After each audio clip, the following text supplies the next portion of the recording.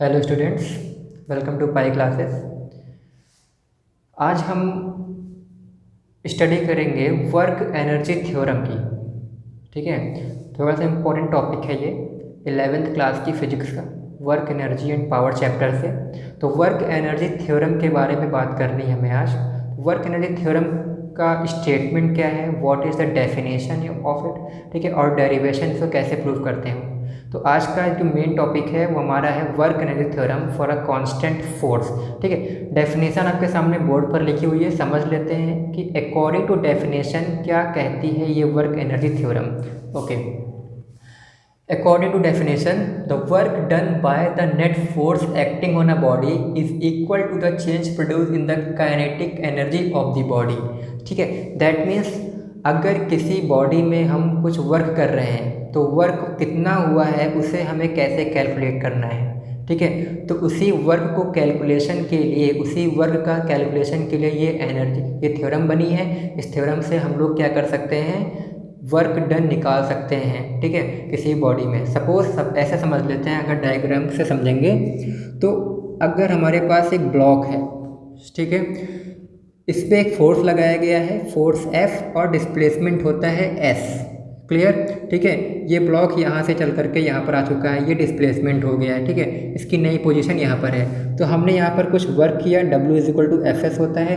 तो जो वर्क है ये कैसे निकलेगा, ये निकलेगा इनिशियल, यहाँ की जो काइनेटिक एनर्जी थी बॉडी की, इनिशियल काइनेटिक एनर्जी और फाइनल काइनेटिक एनर्जी का जो सब्ट्रैक्शन होगा, ठीक है, जो उसका डिफरेंस होगा, वही आपका वर्क डन कहलाएगा।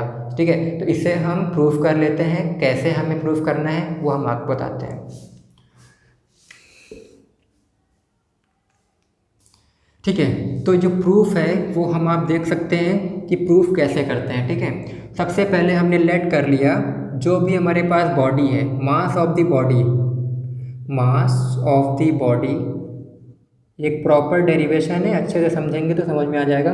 Mass of the body m ले लिया गया है आपका, ठीक है, और फोर्स ले लिया गया है, फोर्स जो भी force acted on the body is equal to F ले लिया गया है, फोर्स F हो गया है। अब हमें क्या करना है, आपको एक एक्सेलरेशन, इनिशियल वेलोसिटी और फाइनल वेलोसिटी को भी कंसीडर करना होगा।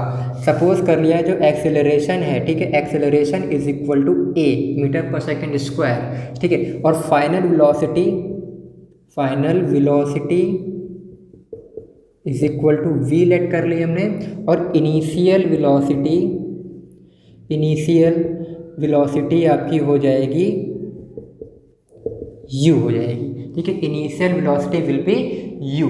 अब according to third law of the motion, ठीक है, third law of the motion, equation समझ लेते हैं, third equation of the motion देख लेते हैं। Third equation of the motion कौन सी होती है, v² - u² is equal to 2as। एक चीज़ यहाँ पर और है, जो डिस्प्लेसमेंट है बॉडी का, जो डिस्प्लेसमेंट है, डिस्प्लेसमेंट आपका लेट कर लिया गया है S मीटर। ठीक है, तो डिस्प्लेसमेंट S हो गया। अब यहाँ से देखते हैं v² - u² is equal to 2as। ये जो इक्वेशन आई हुई है इसमें हम बोथ साइड हाफ m से मल्टीप्लिकेट कर देंगे। ठीक है, multiplying by half m both side. ठीक है, multiplying both side by half m,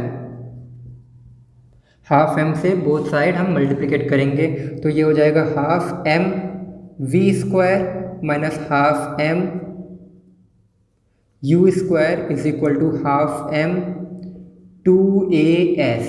ठीक है, हाफ m 2as, 2 से 2 कैंसिल आउट हो जाएगा। ठीक है, हाफ mv², इसको जैसे लिखा है वैसे लिखा रहने देंगे, हाफ mu² इज इक्वल टूmas।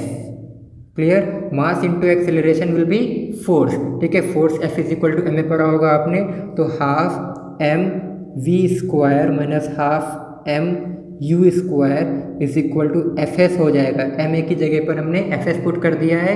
ठीक है, तो अब इसको हम लोग क्या कर सकते हैं, यहाँ पर आते हैं, तो half mv² minus half mu² is equal to क्या आ चुका था आपका Fs आ चुका था, तो Fs की जगह पर हम W रख सकते हैं because of the force and displacement का जो प्रोडक्ट होता है, डॉट प्रोडक्ट होता है, उसे हम बोलते हैं वर्क डन। ठीक है, तो इसकी जगह डब्ल्यू रख दिया गया है। Half M V square, this is final kinetic energy because of the final velocity, and half M U square, this is initial kinetic energy because of the initial velocity is equal to W. अब जो statement है उसको follow करते हैं। जो work done है वो change in kinetic energy के इक्वल है। ठीक है, लिखा हुआ है ना, is equal to the change produce in the kinetic energy of the body. ठीक है, इतना हो गया, ये आपका एक कंप्लीट डेरिवेशन है। Thank you.